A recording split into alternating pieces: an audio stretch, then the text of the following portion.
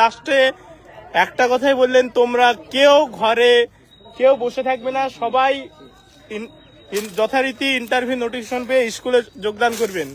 আর 22-এর সঙ্গে একটা জিনিসও জিজ্ঞেস করলাম আমাদের সভাপতি মহাশয়কে যে 22 আর 23 কি আপনি একসঙ্গে ইন্টারভিউ নিতে চান? তো উনি বললেন যে না, কোনোদিনই একসঙ্গে ইন্টারভিউ নেবে না। আর যদি আমি বললাম তাহলে আমাদের 22-এর ইন্টারভিউ নোটিফিকেশনটা কবে আসছে? উনি বললেন আমাদের সমস্ত কিছু কমপ্লিট হয়ে যাক, তারপরে আমরা আপনাদের নোটিফিকেশনটা দেব। শিক্ষা দপ্তর থেকে আসবে কতগুলো সিট আছে সেটা নিয়ে অনুমোদন পাওয়ার পর আমরা 22-এর দেবো। আমি বললাম শুধু আমাদের সিঙ্গেলেরই 22-এর জন্য? উনি বললেন হ্যাঁ, তার সঙ্গে কোনো টেট আসবে না।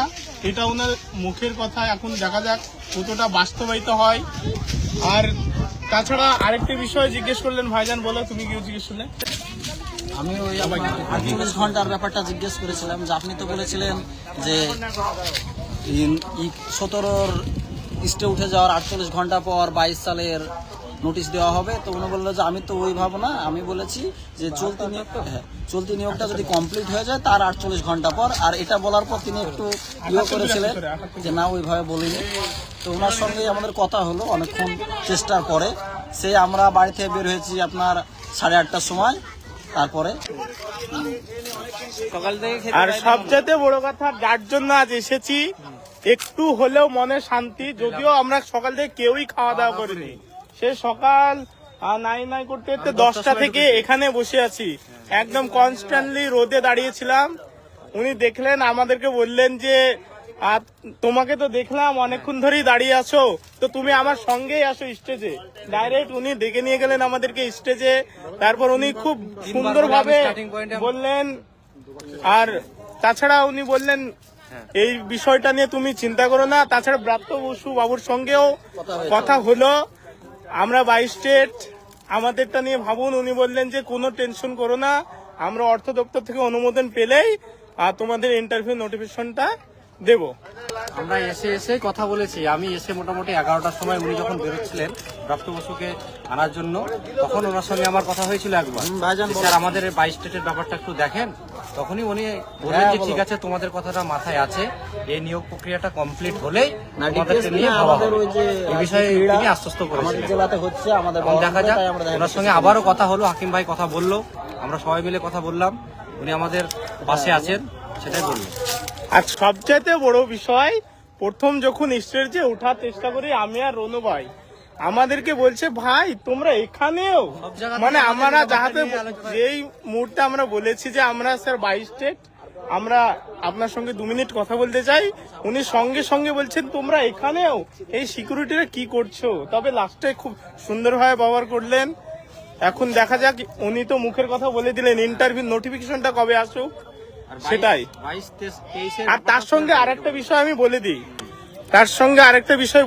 উনি আজ যখন ওনার প্রারম্ভিক বক্তৃতা দিচ্ছিলেন, উনি এখানে ডিরেক্টলি বলে দিলেন যে আমাদের সবচেয়ে স্বপ্নের টেট 22 স্টেট, স্বচ্ছ টেট 22 স্টেট, এই 22 স্টেটকে এমন ভাবে রিক্রুটমেন্ট করব আমরা যাতে বিহারও দেখে চমকে যায়। ডাইরেক্ট উনি প্রারম্ভিক বক্তৃতায় মিডিয়ার সম্মুখে এই কথাটা বললেন।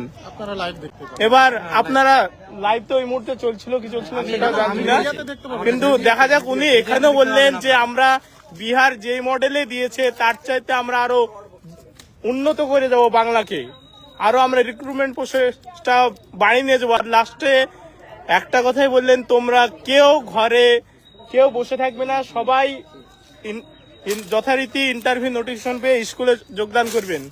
এবার আপনারা লাইভ তো এই মুহূর্তে চলছিল কি চলছিল সেটা জানি না, কিন্তু দেখা যাক, উনি এখানেও বললেন যে আমরা বিহার যে মডেলে দিয়েছে তার চাইতে আমরা আরো উন্নত করে দেবো বাংলাকে, আরো আমরা রিক্রুটমেন্ট প্রসেসটা বাড়িয়ে নিয়ে যাবো। আর লাস্টে একটা কথাই বললেন, তোমরা কেউ ঘরে কেউ বসে থাকবে না, সবাই যথারীতি ইন্টারভিউ নোটিফিকেশন পেয়ে স্কুলে যোগদান করবেন।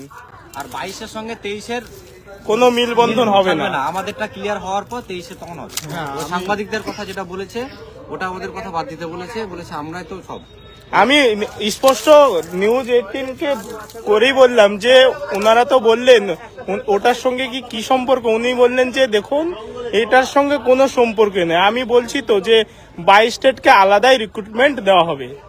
তো আর আমরা লাইভ বেশি দীর্ঘায়িত করছি না, আমাদের যেটা অলরেডি যাই হয়ে যাক, হ্যাঁ কিছু হোক আর না হোক, আমাদেরকে কিন্তু রাস্তায় নামতে হবে আবার। এটা হচ্ছে আমাদের। আর হ্যাঁ, এই 200-400 নামলে হবে না, সবাইকে রাস্তায় আসতে হবে।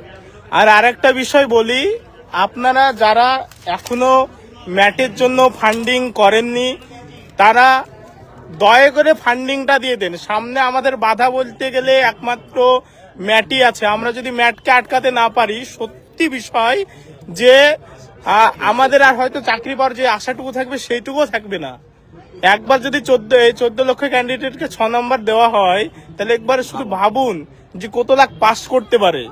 তাই সবাই আপনারা ফান্ডিং দিন, আপন আপন জেলা গ্রুপে কিউআর কোড দেওয়া আছে, আপনারা ফান্ডিং দিন। আর তার সঙ্গে সঙ্গে আমাদের যে আন্দোলন বা যে কর্মসূচিগুলো করা হচ্ছে তাতেও সবাই যোগদান করুন। একটা কথা মনে রাখবেন যে বিন্দু বিন্দুতে সিন্ধু হয়, সিন্ধু করতে গেলে কিন্তু বিন্দু বিন্দু জল লাগবে। আমরা যদি বিন্দু বিন্দু জল না জোগাড় করতে পারি, কোনোদিনও সিন্ধু করতে পারবো না। আমাদের আন্দোলন জারি রাখতে হবে, আমাদের আন্দোলন রাজপথের আন্দোলন বন্ধ করা যাবে না, বাড়িতে বসে আইনি থাকলে চলবে না। লড়াইয়ের পাশাপাশি রাজপথের যে আন্দোলন সেটা করতেই হবে।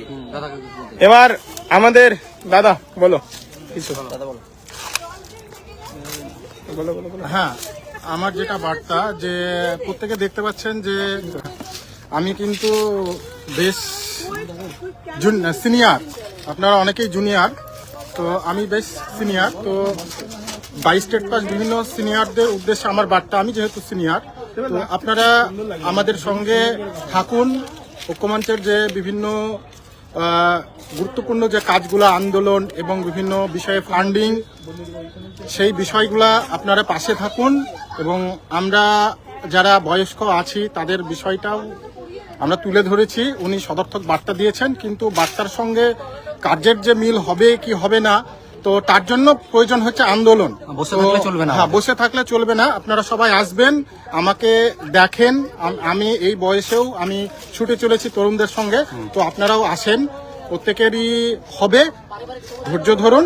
এই বলেই আমরা ওনার সঙ্গে কথা বলার জন্য 4 ঘন্টা ধরে অপেক্ষা করছি, তবে আমাদের কাজটা সফল হলো। এটা একটা ভালো, উনি এবং সদর্থক বার্তা আমাদেরকে দিলেন যে তোমাদের ব্যাপারটা ভাবা হচ্ছে, দেখা যাক কতদূর কি হয়, কিন্তু আমাদের আন্দোলনটা জারি রাখতে হবে সবাইকেই। শেষ করলাম।